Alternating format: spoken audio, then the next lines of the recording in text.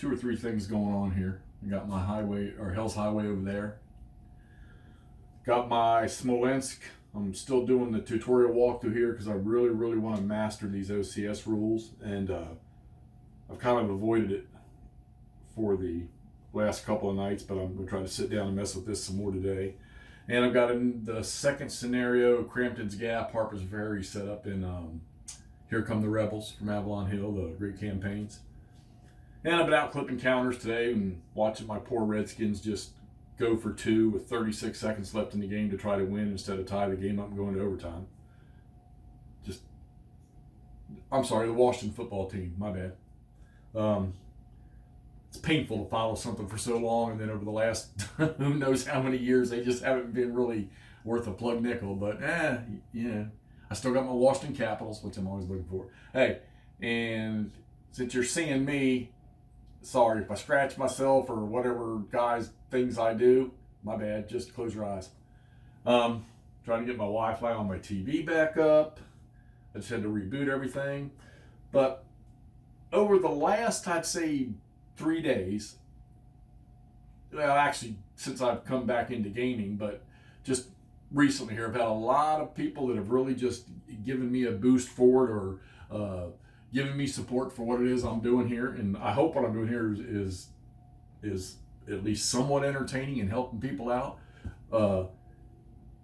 Those of you that watch, you notice that mostly I'm World War I, World War II, Napoleonics, which I haven't done a whole lot of, other than that Lutzen video I did, and American Civil War. Just American Civil War is my thing. So, but I've had some people here in the last few days that have really lifted me up and given me a good positive mention and good reference. And I'll put these people's where you can find what it is they do. I'll put it in the comments block here when I post this. I want to start with my buddy Osprey. That's his Board Game Geek tag name. Osprey, Osprey. His name's Wade. He's local to me. He's just a hop, skip, and a jump away, and I'll go down there and hang out.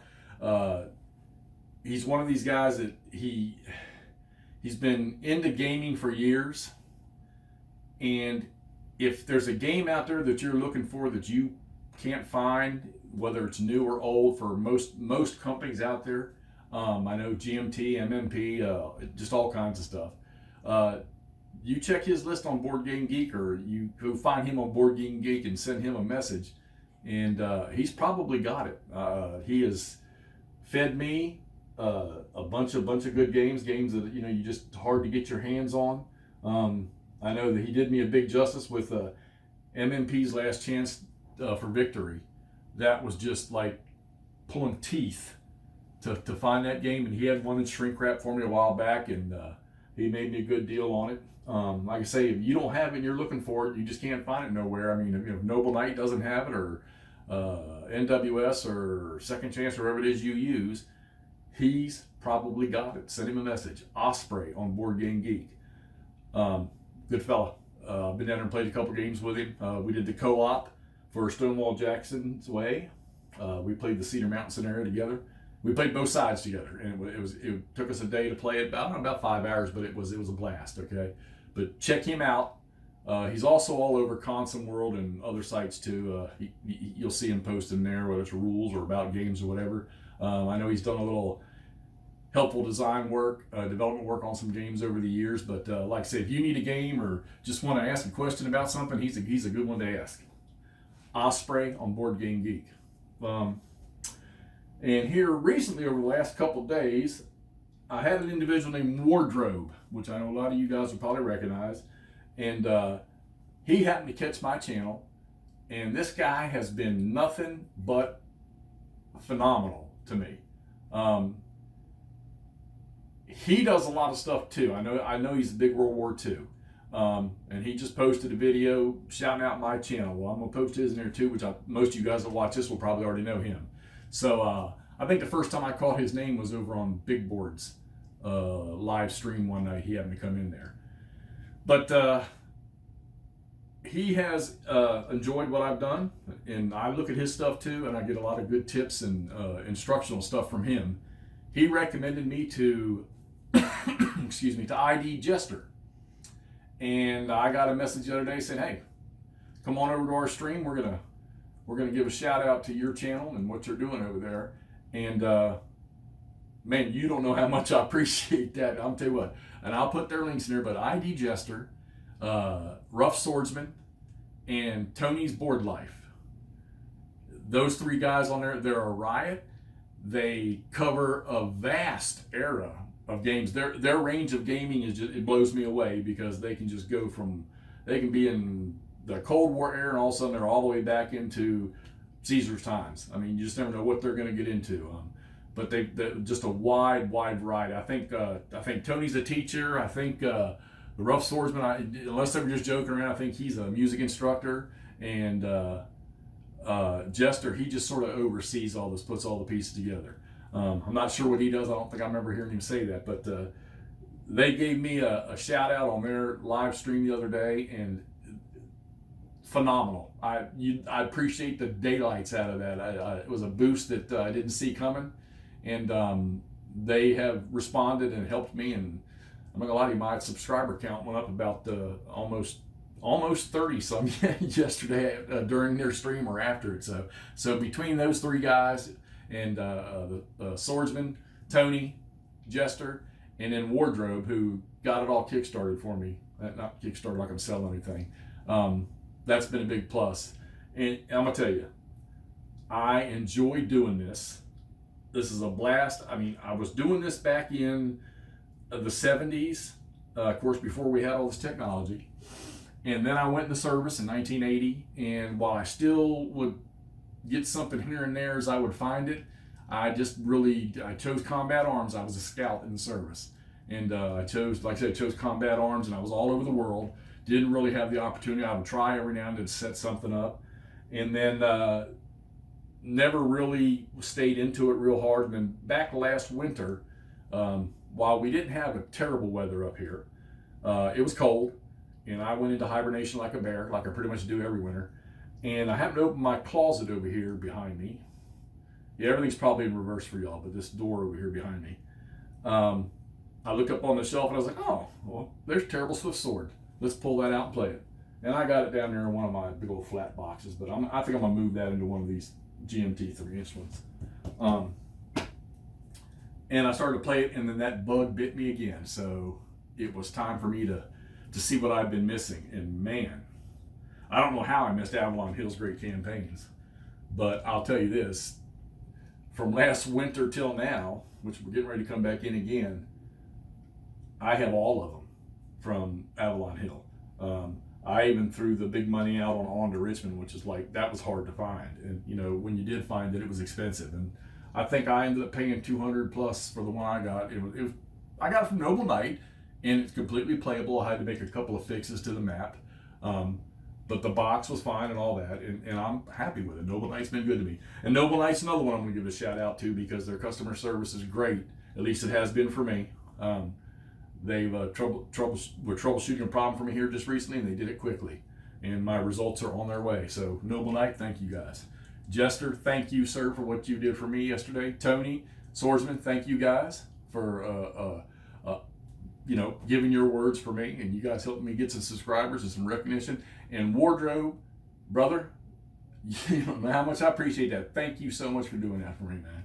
And my buddy Osprey, hey, you'll be seeing me here. I think we're getting together probably this coming Saturday. We should be getting together to play something. I think we're still working on that, third or fourth scenario in Stonewall Jackson's way. So the plan is to be back there now on Saturday. Guys, gals, whoever, keep looking for these videos. I'm going to keep posting as much as I can. Oh yeah, and if some of y'all are wondering about, am I kicking out too many? How the heck am I doing? Do I even have a job? Yes, I do have a job. I am an IT/GIS specialist for county government. And yeah, I do. I put in my 8 to 10, whatever it is that day, work a day. But when I come home, I can't wait to get into this stuff. Not every night. Some nights, like I play golf, so I'm out at the golf course. So of course, that's winding down now because of the winter. But when I get here to the house, if I'm not completely drained, I'm on one of these. There is just too much fun. Now, if you looked at all my games, you'll notice I don't do any. I don't want to say I don't do any fantasy stuff, but when it comes to the war games, I want historical games because, and I'm sure there's a lot of you out there like this that you want to see, hey, can I change what this force or what this army or what this country did in this fight, in this theater, in this little piece of this little battle? And that's what I want to do. Now, when I say I don't do fantasy, I don't buy any board games that are and I know that's a huge market, and heck, I didn't play point-to-point games until my buddy Osprey got me to play the Napoleonic Wars, and I enjoyed that. It took us a month to play it every Saturday. There were 4 of us, but man, I had a blast playing that game. So I do have a couple of other area movement games now with the great campaigns from of the Civil War from Clash of Arms.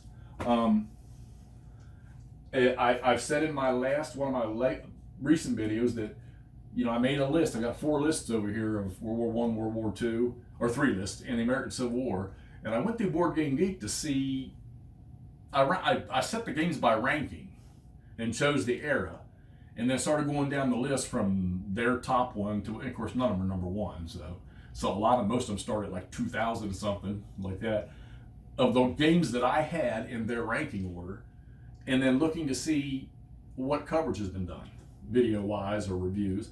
And I made a little list over here, and I'm going to try to pick out those ones that nobody really covered, i.e. Hell's Highway over here on Board Game. Now, Board Game Geek, obviously, on YouTube, I don't know, but there's just a review on Board Game Geek, and I want to say it was Jeff Capuano, but I'm not sure who it was, but it's just a review. There's no playthrough, so I'm playing it. And I plan to pick out another one, Here Come the Rebels. The last one that was on Board Game Geek, I think, was 7 years ago. So that's why I'm doing that. Smolensk is because I want to learn the system. I want to learn all of the systems from that MMP. What do they got? 4 or 5 of them: GTS, TCS, SCS, OCS. I want to learn all of those because I watched other people's play, and those games are deep. Those games are great coverage of World War II. And I have played GMT's East Front series. I played one of the opening scenarios in Army Group South, and I've got, like I said, I've got North and Center on pre-order. I've got the other ones. I think I need the Caucasus campaign. I don't know if that one's really part of it or not, but I think it is. But I enjoyed the daylights out of the play I did on that. I did the tutorial, then I played one of the big scenarios on Runestead Attacks, I think it was. So I want to get that back on too because I enjoyed that too. But there's so many of them over here I want to cover, and I want to cover these ones that people don't see that they might be missing out on. Like I picked up this War of the Rebellion decision games, which I have some decision games, Bachtam Rhine and some other ones around here. I didn't even know this game existed, and then even more so, it's Richard Berg. I didn't know he did anything for them. And now, granted, I know they picked up all the SPI titles, but they say that the command structure in this game is really detailed. So I couldn't pass on that. So I can't wait to learn that and get that on the table. But yeah, hey, thank all of y'all for watching. I hope you continue to. And like I said, I want to keep growing with what I'm doing, and I want to keep getting better and providing y'all with some good content. I hope. If you have any suggestions or comments, holler at me. Give me a comment in there. Let me know what else can I do to make it better. I know a couple have requested some plays. I know Army of the Heartland, somebody wants me to play that, and that will be happening. Probably when I clear one of these off, I'll get that Army of the Heartland out and get that played. Somebody wants to see me play the South Mount scenario in Twin Peaks. I want to do that one too. I think that's just a one mapper. And there's a couple other ones out there that they want me to go through.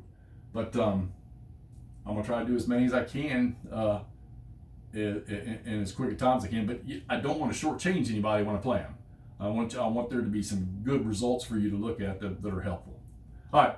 Let me know what y'all think. Like I say, give me some comments on, or recommendations on what I can do to do better at this, or how I can provide any assistance to y'all. And we'll be seeing you soon. Thanks, guys, for the support.